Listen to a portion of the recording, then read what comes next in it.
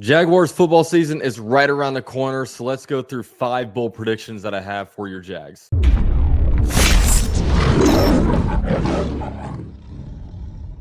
Now, before we get into this video is sponsored by Underdog Fantasy. Guys, the best ball drafts are over. Appreciate all you guys for joining and participating in those. Now we're going to kind of shift focus to some daily fantasy football stuff and, more specifically player pick'ems. I know one thing I did to make the opening Thursday night game a little more fun is I put a few different player pick'ems in there. I have Jahmyr Gibbs at higher than 7.5 rush attempts. Jared Goff at throwing over half an interception. And I really like Calvin Ridley's receiving yards number. Right now, Underdog has Calvin Ridley with 62.5 receiving yards for week 1 against the Indianapolis Colts. I think he hits the higher all day. If you guys are interested in joining in on the fun, there's a lot of stuff to do in season on Underdog Fantasy. Hit the link down below. Use promo code UCFJAG. That will double your first deposit up to $100 and go join in on some of the fun with me. Now, with all that said, let's get into this video. Now, my first bold prediction is that the Jaguars will be the #1 seed in the AFC. And look, as funny as, as biased as this may seem, it's not even that unpopular of opinion. You've had a lot of national guys, most specifically like Pete Prisco and even Peter King most recently came out with the fact that both of them think the Jaguars will actually go 14-3 and be the #1 seed. Now, it's so crazy to envision that kind of record in my mind. It's just, I never used to Jaguars every week, just win, win, win, win, you know what I mean? But hey, I'm like here for it. And look, that doesn't necessarily mean that the Jaguars will be the best team.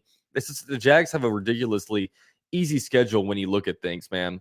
I know the Jaguars do have a first place schedule, and that's going to draw you the Chiefs, the Bills, and the 49ers, but that's only 3 out of 17 of your games in a season. Look, the Jaguars play 5 games against rookie quarterbacks when you factor in 2 games against the Colts with Anthony Richardson, 2 games against the Houston Texans with CJ Stroud, and then 1 game against Bryce Young with the Panthers. So that makes about 29% of your games against rookie quarterbacks.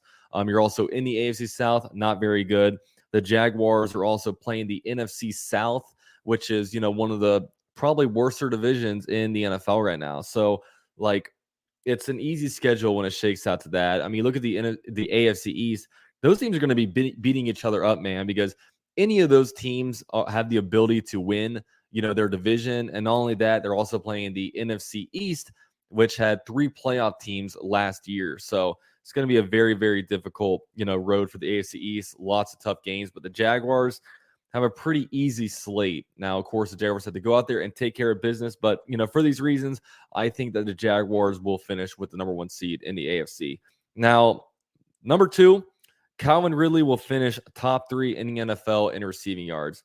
Look, I am just extremely high on Calvin Ridley. And yes, Calvin Ridley has been out of football for like a year and a half, but and then people are out there concerned that he'll be rusty. And look, it's not like he's going to have like a year and a half break of catching a football between the last game he played on the Falcons versus, this Sunday against the Indianapolis Colts.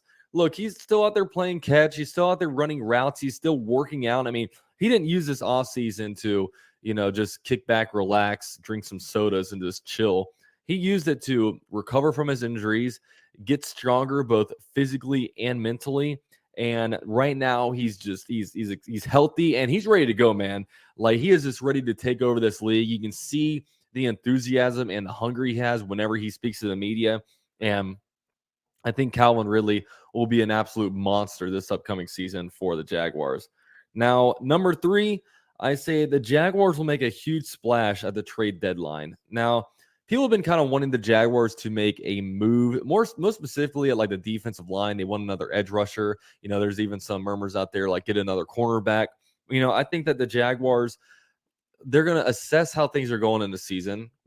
Maybe if we stay completely healthy, maybe there's a unit that it's like, okay, we can really upgrade at this spot. Or maybe we get decimated with injuries a little bit and they're kind of forced to make, some kind of play if they want to remain in Super Bowl contention.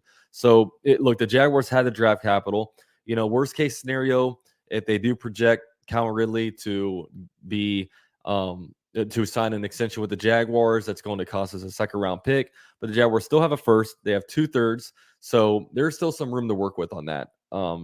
And I just think right now the Jaguars want to understand where they are. And look, if there is a piece that they say, look, we are this player away from really making that turn at the Super Bowl, I think the Jaguars will do it. So, yeah, Jaguars, I could have really envisioned them making a huge splash at the trade deadline.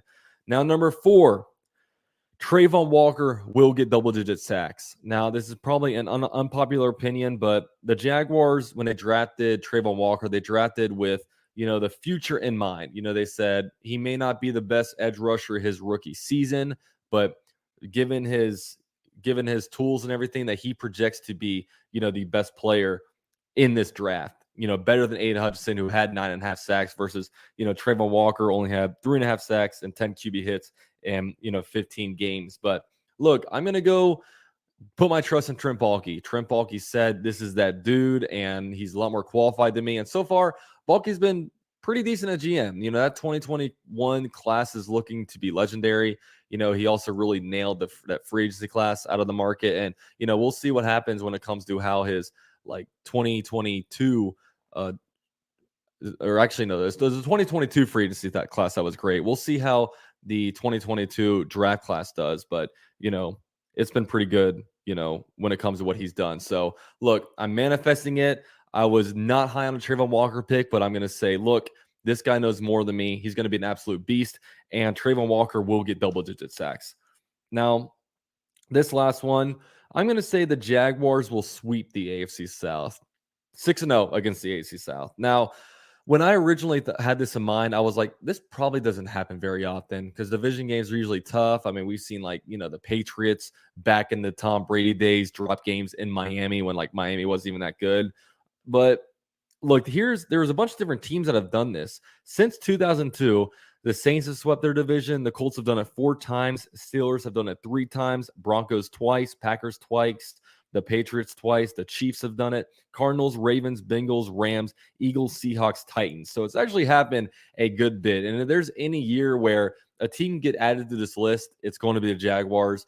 When you look at what the national people think, when the national people put out their different tier rankings, the Texans and Colts are at the bottom on the rebuilding mark. And then, the Titans kind of fluctuate a little bit, but the Jaguars just swept the Titans last year. And look, we're going to keep running that hot. It's time for the Jaguars to establish that dominance on the Tennessee Titans and really just say, you know what, we're the better organization and we're here to stay. You guys just keep drafting quarterbacks in the second, third round and hoping, you hit some fire there. But we got Trevor Lawrence. We are out here.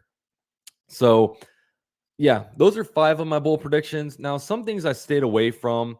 I stayed away from any kind of subjective stuff like MVP, All-Pro, Pro Bowl, Coach of the Year, because, I just don't ever see Jaguars winning that kind of stuff. Like last year, you cannot tell me that what Doug Peterson did when it comes to inheriting a team that had 2 number 1 picks 2 years in a row, a team that was just recovering from having the worst head coach in NFL history that couldn't even last a year in the NFL, and turn a team that even he coached to a 2-5 record, turn it around and won a division, won a playoff game, and did the things that he did. You can't tell me that doesn't deserve coach of the year. I mean, Brian Dable won it.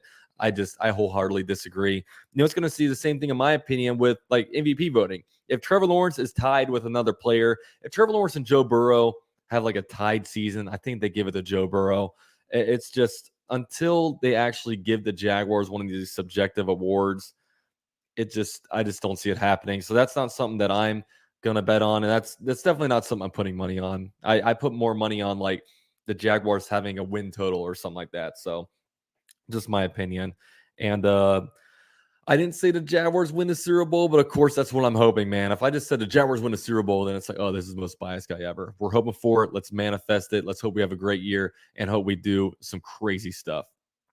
Thank you guys for watching the video. Go Jags.